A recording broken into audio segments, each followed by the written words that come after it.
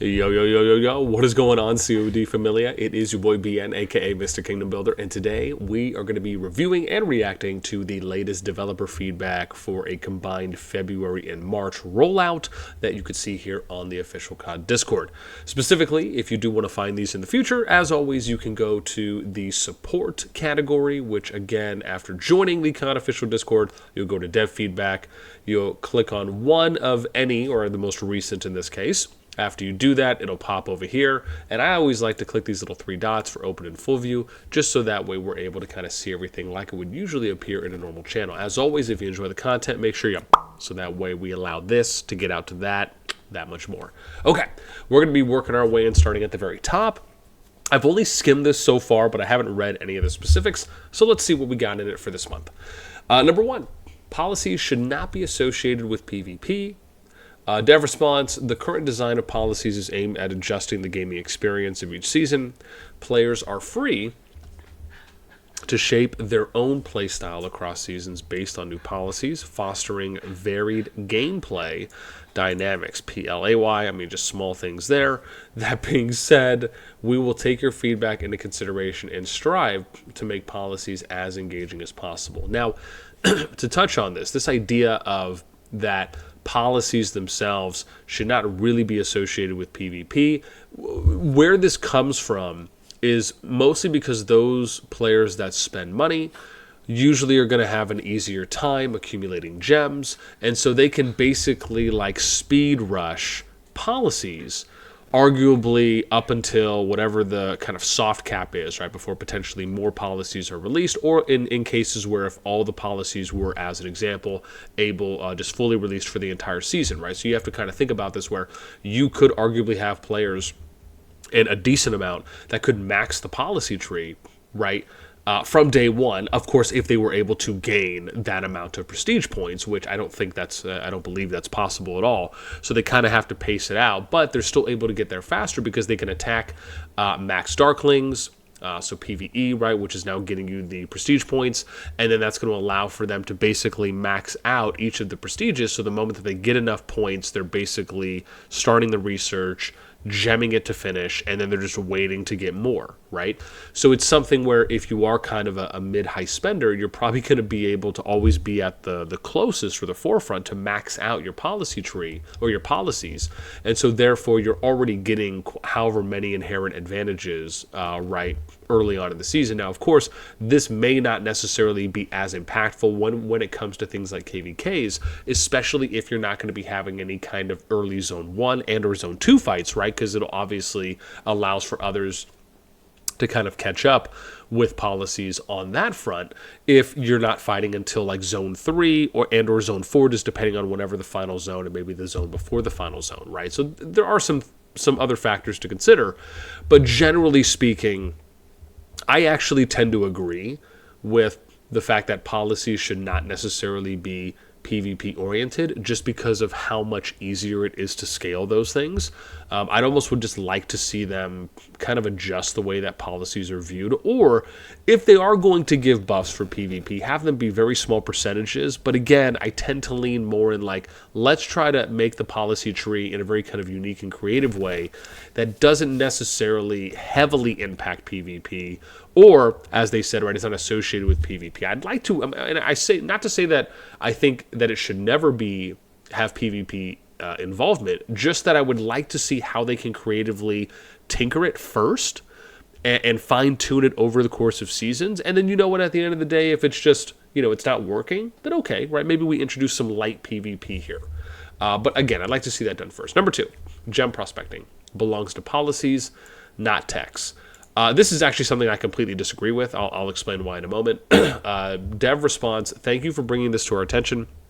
In the upcoming update, we will relocate gem prospecting to policies section. So initially, this was in the policies. We then heard that this was getting changed from policies and going to tech. Now, the reason I like this in the tech tree is because this very much favors free-to-play and mid spend or low spend, right? I mean, it really favors everyone, but if we're kind of going over from everyone from free to play, low, mid, and high spend, right, this very much favors free to play and low spend. The reasons why is because it is going to always take free to play and low spend longer to reach deeper policies than it will those that are at mid and high spending levels. So the reason why this is beneficial to put it in your academy or in your tech tree is because the tech tree carries over season to season. You don't have to reset this. You don't have to rework on it. Once it is researched, you have it and it's done. So, I mean, on top of that, I really would be curious if anyone was like overwhelmingly putting this in. Let's just take a gander, right? I just want to see if there was any suggestions here. So we're going to do a quick search here. Oh, hang on, we're going to do it like this. So we'll do suggestions, and we're going to type in, what do we have to do? Is it like gem prospecting, right? So we'll do gem prospecting, and let's just search. I'm just curious if there's anyone that's voting. So here we go. Latest update. Remove gem prospecting from the player's policies and move them to the economy research tree. The problem is that gem prospecting is now locked behind City Hall level 21. Okay, so let's. I'm just curious. Let's see how much. Okay, so this got 68 votes to 4. This is a significantly more difficult barrier to achieve. I suggest that gem prospecting should be unlocked at City Hall level. Oh yeah, so I saw this by articles. I actually agreed with this by lowering the City Hall level for the tech tree. Because level 17 is at the point at which server migration becomes available, gem prospecting. And again, I thought there was actually some really good, and you could see I upvoted this too as well. So I don't really know why they reverted this a second time when really moving it to the tech tree is actually the better move here for the reasons that I stated, along with some of the adjustments here on just kind of scaling it back that Arcturus, that's probably the one, mentioned. So let's see if there's anything else. There's one other. With the recent update, let's look at this one. So the recent update, but this is 2016, gem prospecting was moved to the policies. However, it now requires research of those that already spend prestige. Policies, some of us even spend 80 gems to complete the policy. Players should be compensated with prestige. Okay, so this doesn't talk about anything, right? So if we're talking about gem prospecting, there's no suggestions here based on gem prospecting, which is, again, the title of the policy/tech. There's no suggestions that are implicating or that are implying that this should be reverted and sent back to policies. So, once again, this is where I'm going to hit you with some deep, deep, hard logic. Remember, the suggestions channel is exactly where the developers themselves said, if you want to see any changes, if you want to see any additions, removals, you put things here in the suggestions channel. So what this indicates to me is that there is either another area of feedback that, another route, at least one or more, that players are submitting this, and the amount of that feedback is overwhelming, where it's at least 50, 60, 75 plus people that are saying these things, that they would like for these to be removed or to be changed and altered back. But I can tell you, I haven't heard anyone that I know of, and that again has given me any feedback on, advocating for how awful this change is, or that there's hordes of people that are saying this. We just did a quick search on the suggestions and we didn't see anything. So again, if this is the public place on which they tell us to submit suggestions and that we should throw our support in, doesn't it seem a little iffy on what almost appears to be kind of like backdoor feedback or just other areas of feedback that are being provided, but they're not acknowledging that in this now reversion of the change that they made, because I can only imagine maybe some people were requesting it. But again, I guess that is where that doesn't make any sense to me. I'm curious on what other people think. But yeah, I actually think this is, again, I think this is not the right move to make by reverting it. I think there was no problem with having it in tech tree, and I hope they eventually re-add it to the tech tree, because that's really just where it should be. Number 3, let's go into this. Diversify the ways players acquire treaty and sentinel arrows. This has been a very big suggestion and really movement by many people that have been advocating for this, where we could just have some of those ratios and drop rates be increased so we can get more of them in order to have more people reach level 25 faster. Keep in mind, the main reason why you would do something like this is because the faster that more people can hit level 25, the faster that they'll be able to hit tier 5, Now, again, you could still make the argument that, yeah, it's still going to take so long, right, that by the time they get there, they're still going to have to kind of go in order. Sure. But the idea being is that it is a hard cap on being able to hit 25 and research 25, right, where you can research text a lot faster by just getting that extra percentage bump from your, I guess we could say scholarship hall, right, but your tech hall, your academy from 24 to 25, which gives you the research speed bump in being able to research text faster. So you technically can get there fast. The opportunity to do so is there, but the fact that you're so hard capped on how long it takes, right? If we want to get to a point where we're going to have a lot more stronger accounts and players, right, that are making it to 25 and to tier 5 before they stop playing, that's what we want to happen, because the more that happens, the more more engaged. What's the word I'm trying to look for? Right, the more, we'll say, the more sustained PvP we're going to get. Why? Because more people will have more troops trained, more people will be at higher levels, will be able to have more fulfilling fights. They won't last 1, 2, or 3 days long.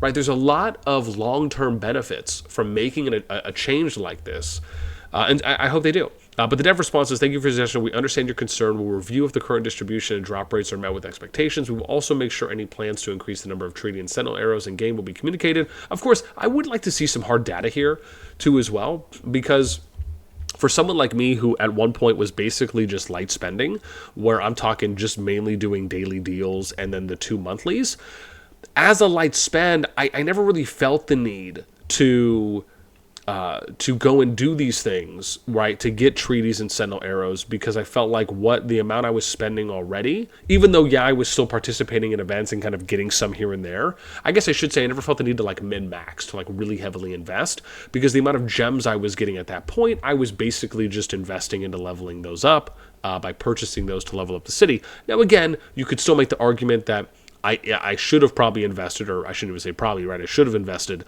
into the event, so that way it would be less overall gems I have to spend there, meaning I can get to VIP 15 that much faster, right? So again, there's pros and cons and everything, but I can only imagine how hard that is for a pure free-to-play where you don't have those opportunities to do so, especially if you're not in kind of a top 25 or top spending alliance. Next one, number 4. Implement easy mode or simple mode on PC. Dev response, we have taken note of the suggestion and will implement easy mode on PC in the upcoming update 1.0.24. Thank you, bejesus. This is what I'm talking about.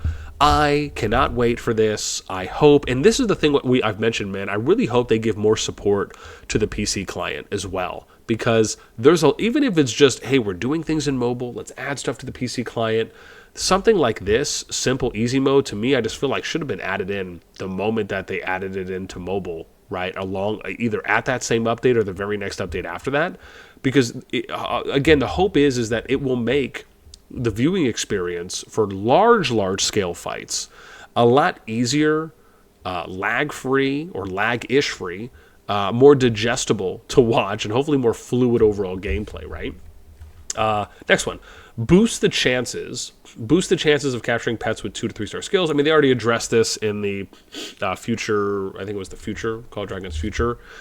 And they said, in the upcoming update, we are comprehensively optimizing the pet system. This includes the introduction of synthesis mechanics, which will provide players with new opportunities to capture and enhance more pets. For more detailed information, please stay tuned for the next patch notes. My God, I'm dying, sorry. Okay, number 6. Engineering heroes should be able to gain EXP from building and destroying. This has been another big, and I want to point out, so far I actually really like this developer feedback, because they're picking and choosing questions that have really been at the forefront of the community for a decent time. So it's nice to see, it's very refreshing to see that these are not out of sight, out of mind, and they're consistently either including these to add additional context or new updates, or they're just picking ones that, again, hopefully have a lot of like upvotes, downvotes, right, on suggestions. Or I should say upvotes, not downvotes. But it says, where are we? Dev response, thank you for your input. We acknowledge the value of this suggestion and will enable engineering heroes to receive EXP based on their construction time and future updates. So it doesn't say when this is going to come, but they're acknowledging that they're going to add this. I think this is absolutely fantastic. It says, please be aware this can only be achieved by upgrading heroes and engineering talents, which again makes sense, similar to gathering heroes gaining EXP from farming once they're gathering talent Earth's Grace is upgraded, and remember that's stackable too as well. So personally, I think this is absolutely fantastic. I love that they're finally going to be giving some more love to engineering heroes, along with even like what they've been talking about by doing things for infantry, right? Once upon a time in raids, right, to get some more acknowledgement there. So this, I think, is something that really speaks to the volume of how much the developers listen to the community, but hopefully it's more about there being logic and a justified reason behind why making a change like this. I personally think this is something that you could look at this two ways. You can have, as an example, let's say you have a Vanguard alliance, right? And that's mostly comprised of, I'm just going to give an example, right? Because it just depends on how you do it. But in this example, let's say you have a mostly spending alliance and they're your Vanguard fighters. You have a secondary alliance that is maybe your support alliance. That, let's say that alliance is building and flagging side by side with your Vanguard alliance. But the majority, you could almost say more of the players in the support alliance, right, are taking more of a support build. Maybe they have some fighters, but they're taking more of a support build than the Vanguard alliances. So they're able to focus more so on like engineering sides where they're building, they're destroying multiple flags. They're the ones that are getting on territory and destroying a lot of the turrets, or they're destroying keeps for you. Like, they're the ones doing the dirty grind work, so that way the Vanguard Alliance could focus on PvP. Like, this is very much something I could potentially see happening later down the road. Right, once this comes out, where you really have like almost these kind of specific roles for alliances. Again, depending on how you do it, that's obviously if you're kind of going like mega alliance and then others. But if you end up having like balanced alliances, you can still give specific roles out as well, or you can have a team of people within each of the alliances that focuses on these things, right? Because maybe they're just not at a point yet where they can really go out and fight in the open field and be as effective as they could compared to doing something on the engineering side. And this to me just adds, it's going to add another layer of the amount of opportunities that players have to affect the PvP side of the game. And this is something that I think is great. I think we need to do more of this kind of role type playing. So this is fantastic. Number 7, allow peacekeeping heroes to level up using EXP books after reaching level 50. This to me is a no-brainer, right? I think the way that this should have initially been introduced is where they added on an additional way to level up heroes once you got to 50, where it's, oh, well, if you go out and you do PvP, right, you'll be able to double dip from EXP books and then from going out and fighting in the field, so you can level up twice as fast from 50 to 60, right? I mean, I would be okay even if they said, look, you can level up from 40 and above, right? So from level 40, if you're fighting out in the field, you can also level up your heroes there. I wouldn't be against that, but yeah, I think the initial way I'd like to see them change this first is just adding it on. That's the way I thought it should have been, instead of saying, oh, we're going to swap this from here.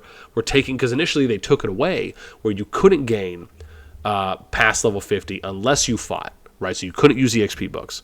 Now it's allow peacekeeping heroes to level up using EXP books after reaching 50.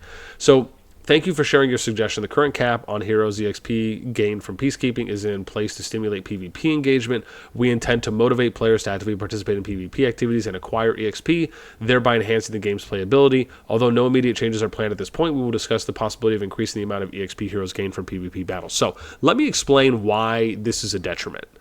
The reason why is because not every single player is at the same power level. That's what you have to understand.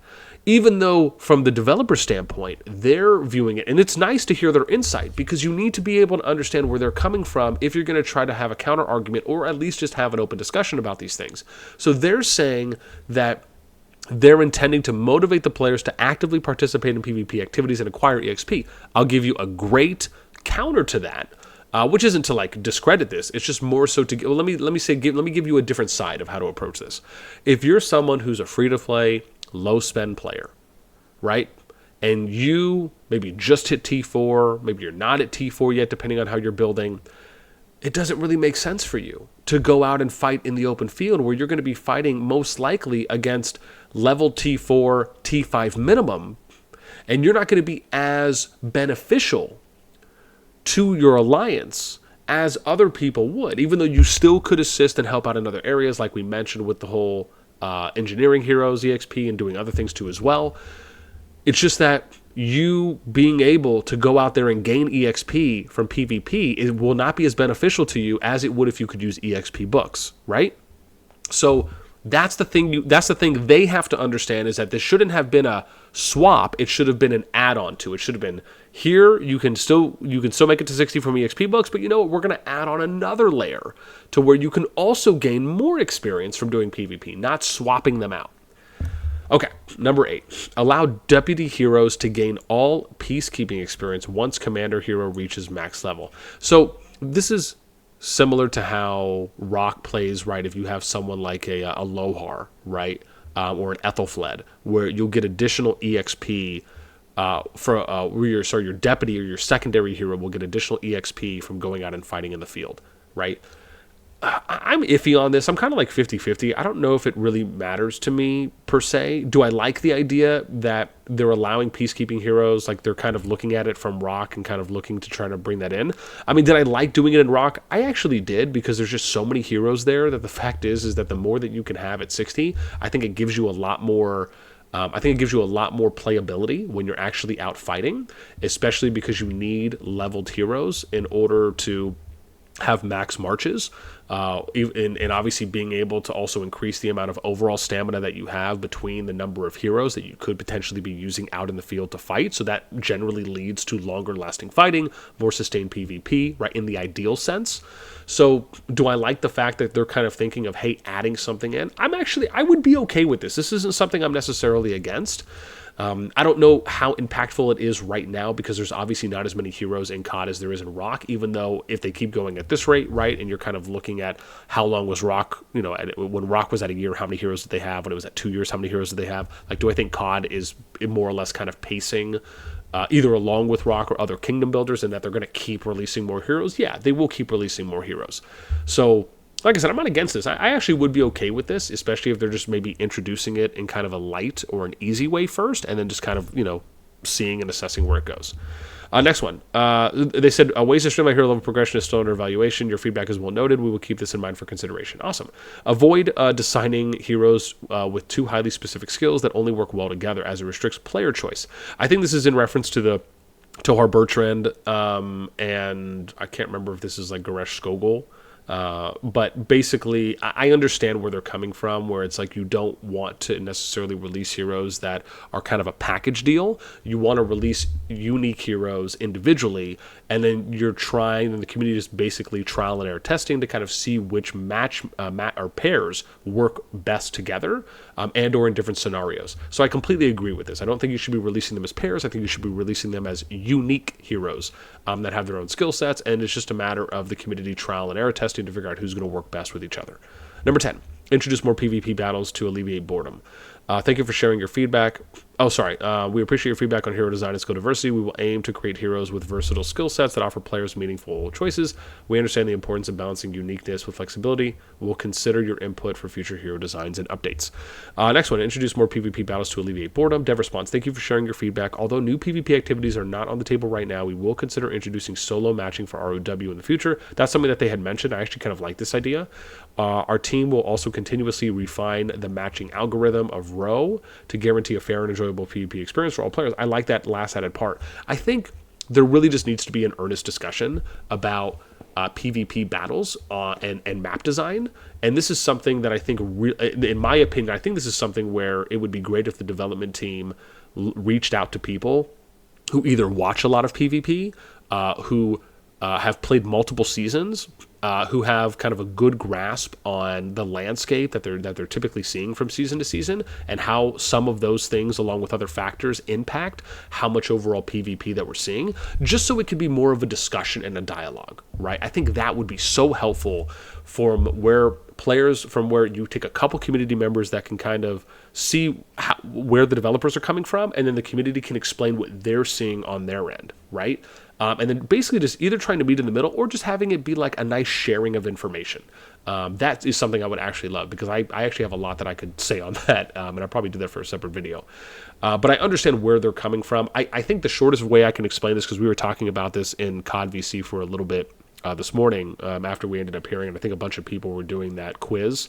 And so basically what my response was is that some of the, and this is a very simplified explanation, but the biggest challenges right now in a lot of the newer KVK seasons, right, when we're talking S2 plus and then T1, this was not so much as a factor in 1 plus, and then it was a little bit less in season 2, but then it kind of started getting less and less and less, where basically they're starting to come out with a lot more choke points, and there's not necessarily as much open field, like pure open areas where you're kind of fighting things out, or the choke points are too thin, there's potentially too many of them, and these things lead to turtling, right, which is basically a defensive term that you would use in like traditional RTS games and others as well, just strategy games, and basically what it means is that it's kind of like almost becoming to an extent a race to who can get to the choke points first, turtle, defend up, and then if they're able to push out, they will, right? Like a good example is if you look at ST1-4, which is with TFS, EXG, EIS, and BXS, you don't really see EIS and BXS pushing from the north and the middle choke points. The north one is the level 4 Spire. This is in the T1 season, so it's the newest KVK season map. And then at the middle T choke, right, which is kind of like the canyon, and then it splits off. They're not really pushing on there, right? It's mainly been them defending. So you kind of have to look at it like that. And then on the south side, yeah, there is a little bit more pushing because that's kind of more over a bridge. It's just a little bit different terrain. But and again, I'm giving a very extreme example here. But yeah, it is rough because I remember, and I'm sure many do because I recorded this along with others, where you look at like a 1 plus or like a season 2 map, and I remember seeing epic fights between Jason Gee and Mephisto, right, which is backslash was like DX Jedi versus, I'm forgetting some of the other Alliance names, but I just remember recording this epic, just open field, like Sahara Desert fight, and it was just really in the wide open prairie, right, if you will. And so it was just so epic to watch. I absolutely loved it. I also think I don't want to spend too much time. So, number 11, Behemoth raids are too difficult for me. Dev response is our priority is ensuring a balanced, enjoyable gameplay experience for all players. In response to your feedback, we've removed the upper limit on the number of players participating in Behemoth occupations. That's massive in the upcoming update. Additionally, we'll be closely monitoring players' performances on elite Behemoth raids for any future adjustments. This is intense. This basically means that now you'll be able to have as many people participating in Behemoth raids as possible. This, I personally think, is such a fantastic change that they have needed to do for a while. The main reason I say this is not really to do with elite raids. Elite raids should always be, anything kind of beyond the standard raid should really be kind of in a class of its own. But for a standard raid, the main argument I've always been advocating for and have been very consistent on is that this is like main storyline progression. This is a main storyline campaign that you're trying to experience and enjoy this as a brand new player. And as a brand new player, as like a free-to-play player, someone who isn't spending money on the game, you should be able, if you have an active alliance that is constantly leveling up and progressing and developing your accounts, even if you have a pure free-to-play alliance, you should be able to capture every single Behemoth every single season, right? Like, that's what you should be able to do, because why? This is baseline foundational gameplay. We're not talking about an elite raid where the Behemoth is stronger, or maybe if it's multiple tiers or levels beyond that, right? That could be understandable on why you would maybe need some spenders there for a stronger account, stronger tier troops, stronger artifacts, etc. We can get that. But to like not allow players to just enjoy the story mode of the game, right? Which in this case is just doing the fundamentals, being able to capture a Behemoth. So anyways, yeah, I actually think this is absolutely fantastic. I hope that they don't increase the strength of the Behemoths at first. I hope they just let this go for a season or two and let's monitor and see how it goes. Number 12, optimize Behemoth release cinematics in battle. Dev response, thank you for the feedback on this problem. We understand the importance of battle experiences, mainly during intense moments like releasing Behemoths while enemies attack. Adjustments have already been made to the Behemoth release cinematics. You can expect a smoother battle experience after the update. Now, so this is just more of a quality of life. Fantastic. In summarizing, or in conclusion, I actually think this is an absolute fantastic dev feedback. I loved the questions and the topics that they chose. I'm glad that we, in some of the answers we got, a little bit more detail, a little bit more insight into how they're thinking and how they're approaching certain areas. I just want them to do that more. I absolutely love getting more of an insight because I think, like I said, it allows for us to have a dialogue and a conversation instead of sometimes us guessing, right, at what they're thinking. So this is absolutely great. I want to hear what you guys think. What's your favorite change here? What's the one maybe you're iffy on? And yeah, let me know anything and everything in the comments down below. This was great. I actually really like this. With that said, that's going to do it for me. As always, until next time, I'll catch you later.